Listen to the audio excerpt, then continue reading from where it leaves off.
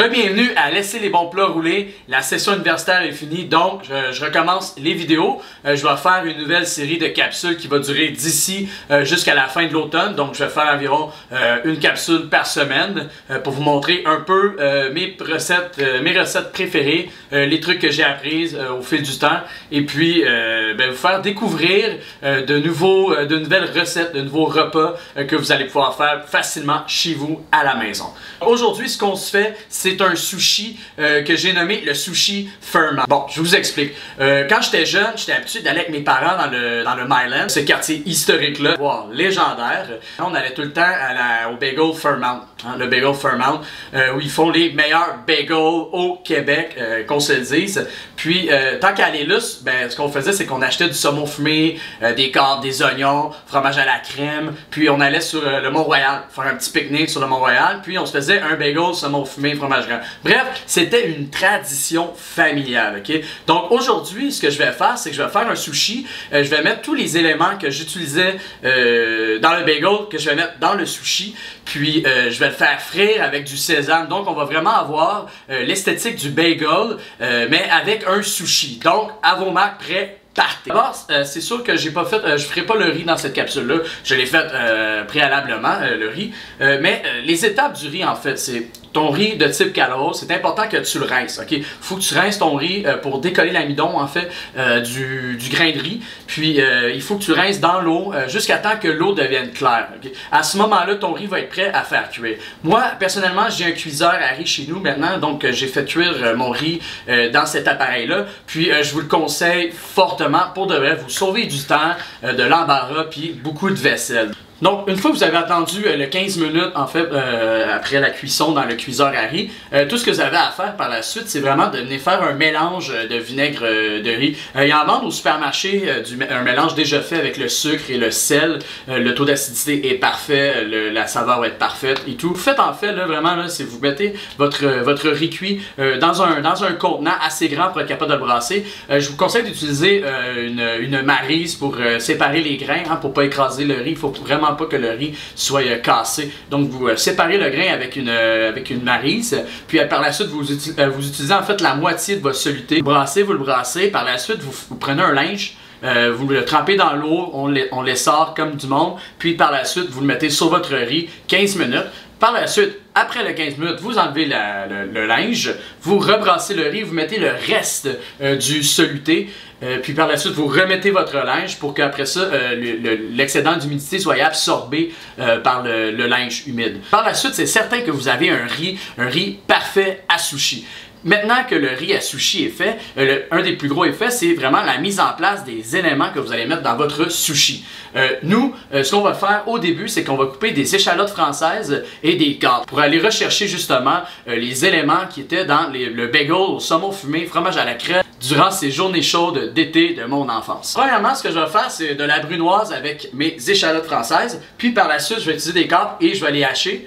Je vais les mettre ensemble, je vais les mélanger pour par la suite les mettre dans le sushi. Donc on commence à l'instant. On va aller couper ici des morceaux d'échalotes en brunoise, c'est tout le temps mieux. Ah, pour vrai, vous pouvez les hacher, là, sérieusement, là, rendu là, ça va dans le sushi puis ça se verra pratiquement pas, ok? On va couper ça ici, hein? On se dépêche. Vous allez voir, c'est une recette vraiment amusante à faire. C'est très délicieux, mais en même temps, ça vous prend une friteuse. C'est le bémol. Un maki bagel pour vous, mesdames et messieurs. Donc ici, vous voyez, j'ai haché mes cordes. Je vais les ajouter ici, comme ça. Mélange de brunoise et de cordes. On va réserver, puis on va aller faire quelque chose d'autre. Donc, deuxième mise en place, on dit qu'on va faire frire le sushi. Moi, je vais faire un mélange à tempura liquide pour utiliser comme colle pour aller mettre après dans les graines de sésame. J'ai mis un peu de farine, je vais mettre de la bière. Puis justement, on va aller chercher comme une pâte, ok? Donc on va rajouter un peu plus de bière ici. Comme presque un mélange à crêpes, mais un peu moins liquide qu'un mélange à crêpes, hein, quand même, parce qu'il faut que ça se tienne sur le sushi qu'on va faire. Donc on y va comme ça ici. La quantité parfaite pour une tempura Parfait, hein? Tout s'enchaîne. Donc ici, on a la tempura. Important, pendant qu'on prépare le reste, d'aller mettre au frigo. Il faut vraiment que votre pâte à tempura ici soit froide lorsqu'on va aller tremper le maki à l'intérieur. OK? Donc, c'est fait, on réserve dans le frigo. Donc, qu'est-ce qu'on va faire maintenant, en fait, c'est qu'on va prendre nos feuilles de nori et on va appliquer le riz dessus. Habituellement à la maison, moi j'ai du Rice Krispies. J'utilise pour mettre sur mes mains pour éviter que le riz colle sur mes gants ou sur mes mains. Ici, je vais aller prendre ma feuille de nori du côté rude, hein, bien sûr. On veut pas avoir le côté rude de l'autre côté. Le côté rude sert à appliquer le riz à sushi. Maintenant, ici, on va mettre de la poudre de céréales sur les mains pour éviter justement que le riz colle sur mes doigts. Donc, on va aller chercher une bonne boule de riz. L'important, c'est de ne pas avoir trop de riz non plus dans votre sushi. Hein. Évidemment, on ne veut pas manger juste du riz. On veut vraiment avoir plus de garniture que de riz en général. On va aller appliquer ici notre riz, ici, tout en faisant attention pour ne pas non plus, encore une fois, trop écraser le grain. On va vraiment aller avec nos doigts ici pousser. Hein. Là, on peut voir que ça s'écrase un peu, mais écoute, il n'y a rien de parfait dans la vie. Et c'est ça qui est beau. Donc ici, mon riz est parfait, bien cuit. Il ne s'écrase pas trop vite. Puis justement, comme je vous dis, je vais essayer d'étirer le plus que je peux par rapport à la quantité que j'ai ici de riz pour pas non plus aller saturer mon sushi avec le grain en fait. Et certains vont utiliser de l'eau pour coller. J'ai pas toujours trop compris cette technique-là. Nous ici, on va utiliser le riz comme colle en fait. Donc le riz va faire plusieurs travails en même temps dans notre recette. En plus d'être un bon, de bien conserver les aliments une fois roulés, le riz est utilisé comme un des ingrédients principaux. Et puis il nous sert de colle aussi. Donc le riz dans le sushi possède environ 3 fonctions. Maintenant, hein? Ici, on va aller mettre le saumon fumé. On va essayer de le mettre, de le rouler, hein? Comme c'est ici. On va aller chercher, un bel esthétique là, une fois qu'on va le couper. Rechercher ici justement notre mélange de brunoise, d'échalotes, capre, etc. Comme ça, et voilà. Un bagel saumon fumé ne serait pas un bagel saumon fumé sans fromage à la crème. Donc bien sûr, on va aller chercher ici mon fromage à la crème. Je sais que le fromage à la crème Liberté il est plus mousseux.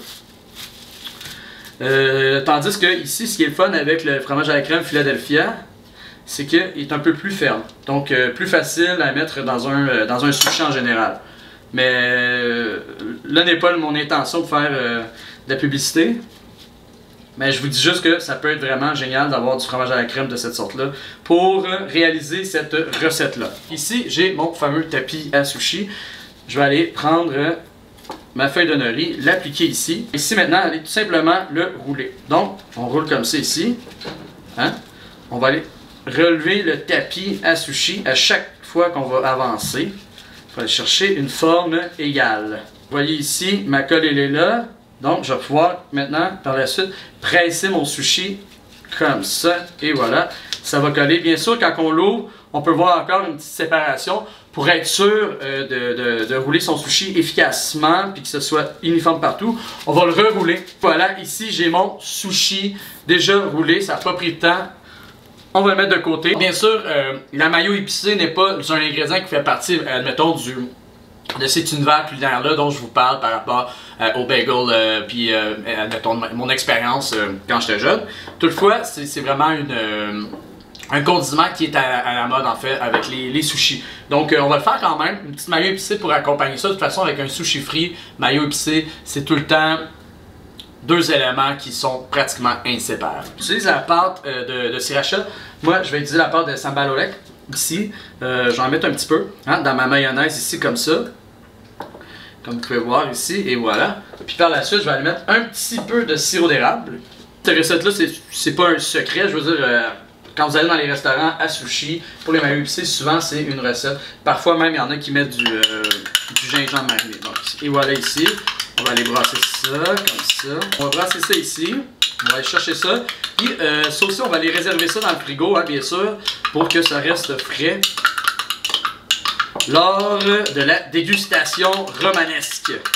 Donc, je vais aller réserver ça, je vais commencer à chauffer mon huile, puis dès que l'huile est chaude, on va pouvoir faire frire notre super sushi, donc à tout de suite. Donc maintenant que le sushi est prêt, tout est prêt, la mise en place est faite, qu'est-ce qu'il reste à faire en fait? C'est vraiment juste d'aller faire frire le sushi et de savourer le résultat final.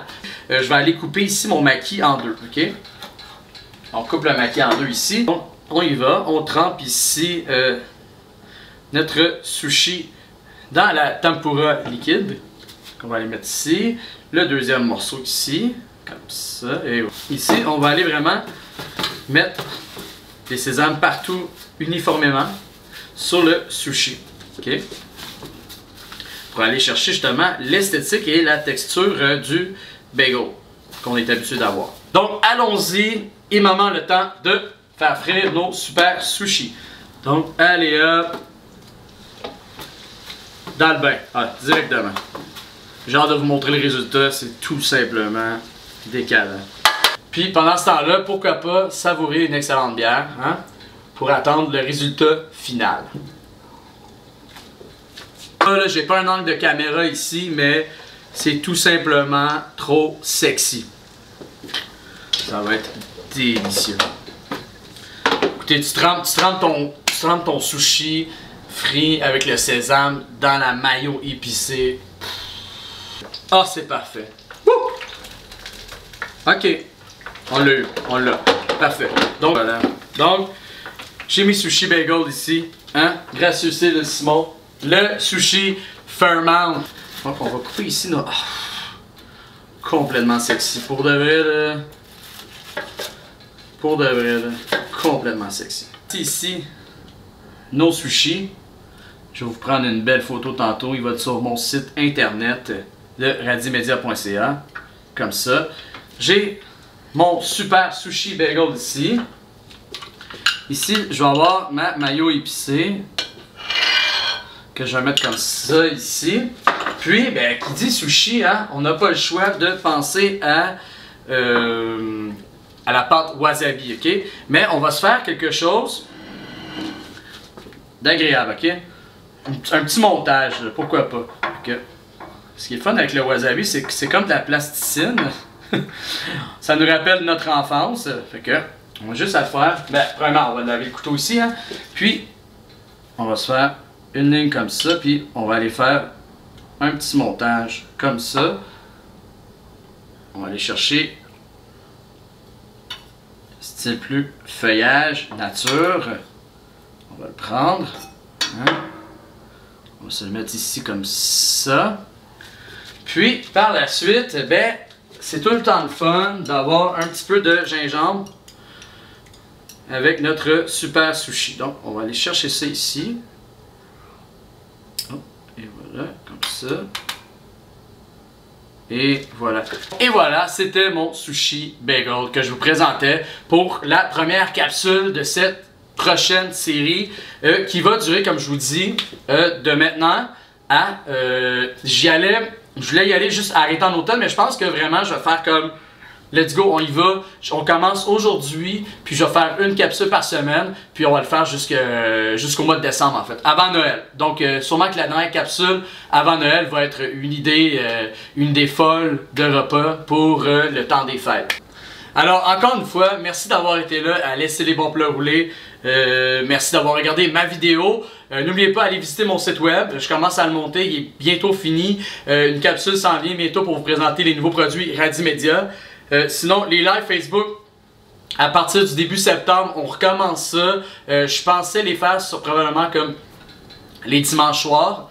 Reste à voir, je vais sûrement essayer de faire le genre pas un sondage, là, mais en fait, juste de voir à quel moment ce serait préférable en fait de faire ces lives Facebook-là. Puis, ben, là-dessus, bonne semaine, profitez de votre été, il en reste plus gros. Puis, ben, là-dessus, à la semaine prochaine. Bye bye!